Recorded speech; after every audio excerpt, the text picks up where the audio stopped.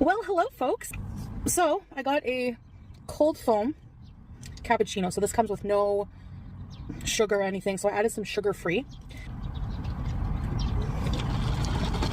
Oh wow. Sugar-free vanilla, sugar-free caramel. And I got a egg McMuffin, so not the sausage. So one egg McMuffin in Kuwait, when you put it in MyFitnessPal, you have to put Kuwait. Because it has like a piece of smoked turkey and not ham. So I'm so hungry. Egg, cheese, smoked turkey, bismillah, 288 calories. Turning off comments on my latest video. Already comment nitpicking every little thing about a perfectly fine choice for eating out. It's low calorie and the lower fat option and high in protein. We're not going to talk about the carbs. The drink is sugar free. Not calorie free, but anyway. It's comments like this that create negative feelings towards food when I was just showing a healthier choice. I could have gotten 3 or 4 Has Browns with it and a mocha brownie latte, which is what I really wanted. I'm starting somewhere and I don't need the negativity. Hello, 'tis I, Fat Cow. What we are witnessing here, particularly, let's just say the comments that have been popping up on Foodie Beauty's community page, is someone who legitimately thinks they deserve a round of applause. And guess what? I think she does. I genuinely think she does. But why? Why would I congratulate Foodie for failing so quickly? Well, you see, the thing is, we all know that Foodie is both a food addict and a narcissist. Her addiction means she craves very specific foods. The narcissism means that she is never wrong. She never fails at anything. And as far as she's concerned, she's doing the absolute best she can. And I think, in a weird way, currently, I know this is only day 3, she is doing the best she can without any intervention. I'll come back to that later. You see, what Foodie did was eat the wrong foods, but in a significantly smaller quantity. And that, for a food addict, requires quite a lot of effort. And for that effort not to be seen to a narcissist leaves an individual particularly butthurt, as we've seen on the community pages. Addiction, for anybody who's gone through it, this behaviour makes sense. Not the narcissism bit, the reducing the amount of substance you use and still expecting applause. To the rest of us, it doesn't make sense. You are a diabetic, you are morbidly obese. Obese is a new word. Obese. Your health is deteriorating rapidly. Surely you would do anything within your power to rectify the matter. I would argue this, reducing the amount of the wrong foods significantly, is everything that's in Foodie Beauty's power. Say, let's change Foodie's drug of choice, shall we? Let's say she's addicted to heroin. We've watched her misuse the drug again and again and again and try to come off it and fail again and again and again. And then she gets on the methadone program, which is still an addictive substance. We applaud her for being on the methadone program, but then we notice that she's misusing that and she's having excessive amounts of methadone. Foodie, as a narcissist, will expect us to still congratulate her because she hasn't gone back onto heroin, even though she's now abusing a different drug. Let's just say this behaviour, this drug of choice for Foodie, let's change it to a behaviour from a narcissist's point of view. Let's just say they used to be physically abusive to somebody and they made efforts to stop being as abusive. They would argue, yes, I might push this person around, I might pin them to the wall by their throat, but I'm not punching them anymore, and would expect praise, encouragement and applause for this. Foodie sees eating crap food in smaller amounts as a victory, as an effort, as an improvement, and it actually is, if it could be maintained. Now, the maintenance is the issue, and the issue in the grand scheme of things is that the crap food in a smaller amount for a food addict will always lead to bigger quantities of the same crap food, because that little McMuffin, the middle bit, is okay-ish because it doesn't contain the carbohydrates, the gluten, the wheat, the bread that Foodie is addicted to. The high fat of the egg and stuff is also a highly palatable food, but it's less likely to trigger overeating. Foodie needs to remove all of her triggers and reduce the amounts. So Foodie is raging because we don't see that she made an improvement. I see she's made an improvement. I don't believe she will continue with this improvement, and I also acknowledge that this isn't the improvement she needs.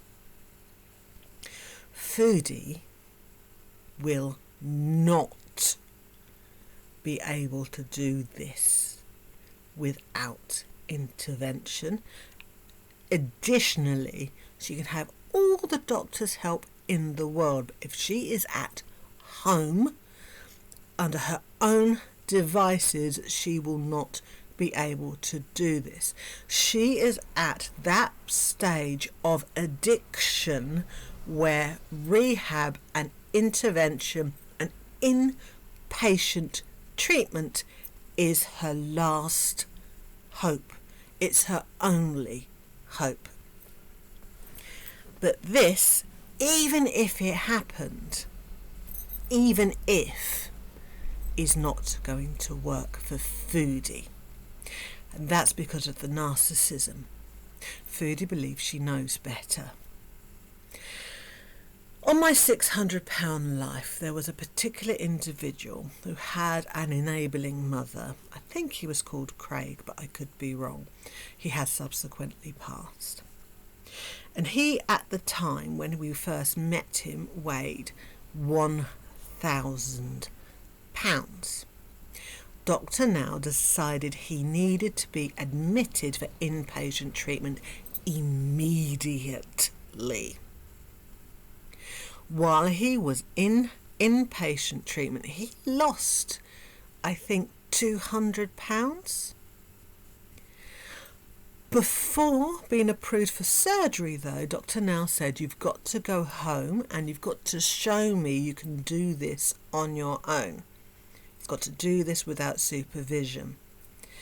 Now, this back and forth, this being put in treatment, losing weight, this being then put back in his natural environment and told to do it by himself, happened many times. And every time he was in inpatient, he lost loads of weight. And every time he had to do it by himself, he put on even more weight. There was one time he was at home trying to prove to Dr. Now that he could do this by himself, that he gained almost 200 pounds in 2 months. Can you imagine the amount of food you have to eat to gain 200 pounds in 2 months? He decided that I can't cook, I'm not very good at cooking, so I'm going to eat sandwiches, bread with luncheon meat. And that's all he ate, but the amount he ate, and he thought he was doing well. This scenario of going to inpatient, losing weight, being put back in your natural environment and told now you have to do it by yourself, and failing monumentally, is what's going to happen to Foodie. If she went in inpatient, she would lose weight, but at some point she would be released. And Foodie will go back to her eating habits, her current eating habits, immediately, within days. Even if she had inpatient treatment, lost all the weight, then had surgery to reduce the size of her stomach, she still would. Because she feels like she deserves these foods. She deserves these foods without any repercussions whatsoever. The only thing that will save Foodie's life now is inpatient treatment with no release. In other words, to be committed for the rest of her life. And that's not a thing for food addiction, unless you can prove that she is a danger to other people and that she is mentally incapable of looking after herself. That will never happen. It's monumentally sad, or it would be monumentally sad, but you know, it's the but. It's this particular individual. It was sad for Craig, because Craig wasn't mentally as aware, let's say. There is no hope for Foodie. There is no point covering Foodie's cycles, because unless she gets the proper treatment, the cycles are going to keep on cycling, and it doesn't matter how many times we cover the cycle will continue. She's on the top of a very tall hill on a bicycle with no brakes. So unless Foodie says something or something else happens, I'm not going to talk about her eating and her food and her binging, because there's no point. It's just repetitive BS. And it's sad and it's pathetic. And it's Groundhog Day. There's only so many Groundhog Days you can watch before it gets boring. And then if you continue to watch it after you find it boring, it gets monotonous and tedious, and eventually it gets painful, and the only person you're torturing is yourself. Anyway, that's all I have to say. Foodie did legitimately make an effort as far as she's concerned. But in terms of her addiction, it was the wrong effort. So congratulations for trying, or appearing to try it, because we only saw what we saw online, but you're not doing it right. Not even close. Nothing is going to get fixed by doing it this way, because it's not sustainable. And the Unicity bullshit? You know, the medical advice that's given to you by an MLM? The fibre stuff? Do you know why it works? Because it doesn't actually work. It fills your stomach up with sludge, let's say, because once it's hit the water, it expands, it turns into sludge. So food are not absorbed in the same way. Somebody on the internet who looked into it said you'd get exactly the same benefits if you'd eaten cardboard. It would swell in your stomach and prevent you from digesting the food.